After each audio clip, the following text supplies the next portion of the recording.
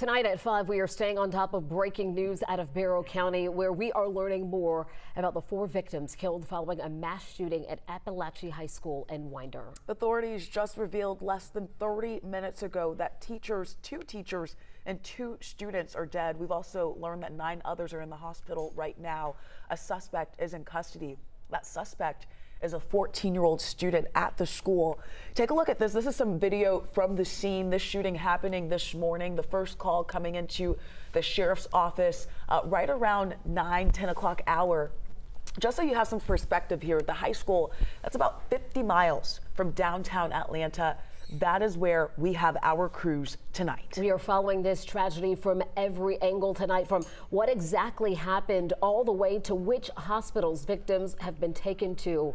We want to get you now to our Ron Jones, 11 Live anchor, who is live for us in the field tonight. Ron.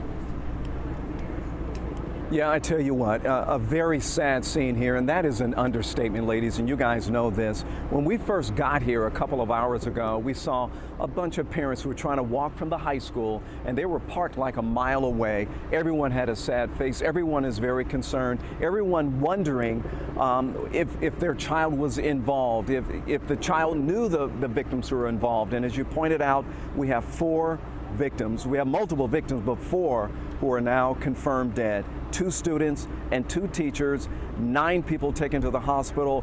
But just think about this, beyond the tragedy of those numbers I gave you right now, that this is going to continue to manifest continuously into the families tonight. 11 Live's Molly Oak, she spoke with one of those students who saw the gunman who walked into the classroom. Molly, what can you tell us? Yeah, Ron, you know, I've been talking with students, parents, grandparents, loved ones, just community members all morning and afternoon. It has been a really heavy day. And you could hear me recount it for you, but that does nothing compared to what they said. So take a listen. I heard gunshots, and then my teacher told us to get in the corner. I heard like screaming and police officers like get down. My daughter called me at work screaming that there was a shooter at Apalachee. He was with the principal, and the principal told him, run to the band room, don't look back, just keep running. I know my teacher, I know he got shot.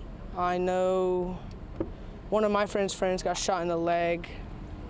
It was, I don't know everyone, but I know some people that were shot. I can only imagine, because they do drills for these type of things. You know, they do the preventative measures for these type of things. So to actually be in it here now is just so surreal. I felt scared because that's when I actually realized it's real, that it's actually happening here.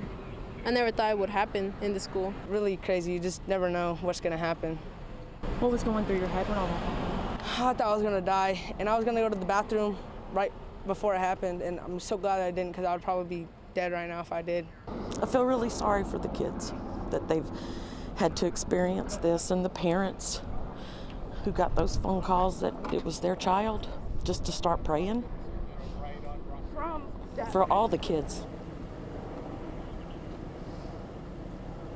I just keep thinking about that one 10th grader I spoke to, you guys, where he said, I thought I was going to die. I can't tell you how much that shook me up. So I can't even imagine how he's feeling, how these families are feeling, how loved ones are feeling, not only after they were finally able to reunite with their child, but just getting those text messages early this morning. I mean, we are talking about hours that they had to wait to reunite with their kids, because some of the texts weren't going through. Some of the kids were able to text their parents, but then they had to leave their cell phones when law enforcement evacuated them out to the football field. Some of them then had to stay out on the football field and get interviewed by law enforcement officials because they maybe saw the shooter or heard the shots or saw somebody get shot. And so then they had to just sit there and wait. It has been a really heavy day. But one thing that has given me some kind of light and hope, and other people's as well, is that throughout the multiple hugs that I shared with folks off camera, they have said how grateful they are for not only the law enforcement response, but just for the community here. Whether that's their neighbors checking in on their kids, or they're checking in on their friends' kids, or other friends' kids being able to text them telling them, hey, he's okay or she's okay as well. It has been a very tight-knit day here, but also a heavy day here in Barrow County. Guys. Yeah, that's right, Molly. And you pointed that out, and we saw the same thing when we were walking here to the scene. There were actually parents who came back, and they were offering refreshments. They were asking folks if they were okay. They were providing that support. So a very tight-knit community, and we really appreciate all of them, because this is something these kids have to process weeks, months, and years to come. 11 Alive's Doug Richards, he was there at the press conference when the GBI, the FBI, and also local law enforcement spoke. So, Doug, what can you tell us about that presser?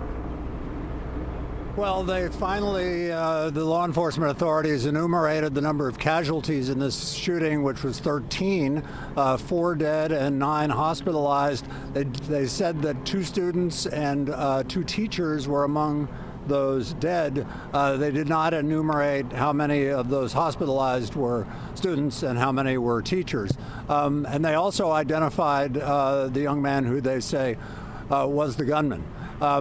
We spoke with the sheriff during this press conference, and he described himself as a product of the school system, a product of this community, a guy who is grieving along with the folks here at the school over what happened today. Here's a little bit of what he had to say. I never imagined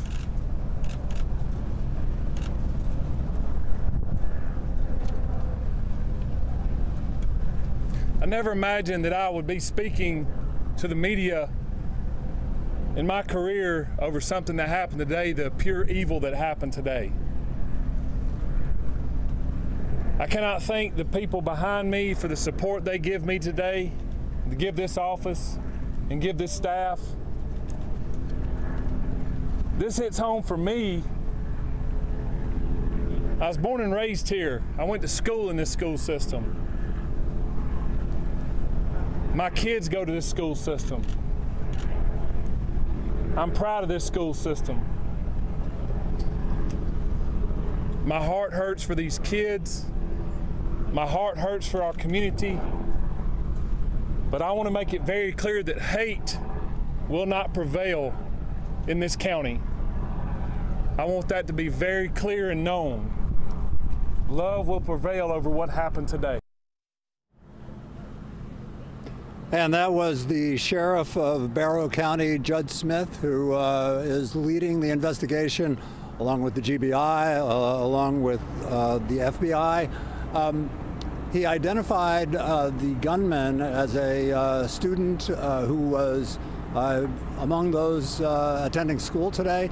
We talked with one young lady, a 14-year-old, who said that she went to classes with him and talked a little bit about him, which we will present to you tonight at 6. We are live in Barrow County tonight. Back to you. Okay, Doug, I have one more question for you. First of all, he's 14 years old. He's a kid. He's a child. I just can't imagine him walking into the classroom with a weapon and opening up on his fellow classmates. But the question I have with you is, what about motive? Did the sheriff talk about motive? Did the GBI or the FBI talk about motive in this particular tragedy? The short answer is no, not at all. And one can understand why they might withhold that a little bit, given the fact that this is going to have to be adjudicated and they want to get their stories straight. They did say that the gunman was cooperating with them to some extent by talking to them in interviews, and they may be learning a lot that they're not disclosing to us. Okay, Doug, thanks a lot for the update there. Stand by. We may get back with you later on in the broadcast. By the way, folks, before I toss it back to our anchors there in the studio, if it wasn't for those school resource officers, we talked about this during our 4 o'clock broadcast, the school resource officers were the ones that we were told that engaged the suspect, where the suspect gave up and gave up his weapon as well. Without those school resource officers being right here on campus, there's no telling what type of tragedy would have continued to unfold. And we appreciate them. Guys?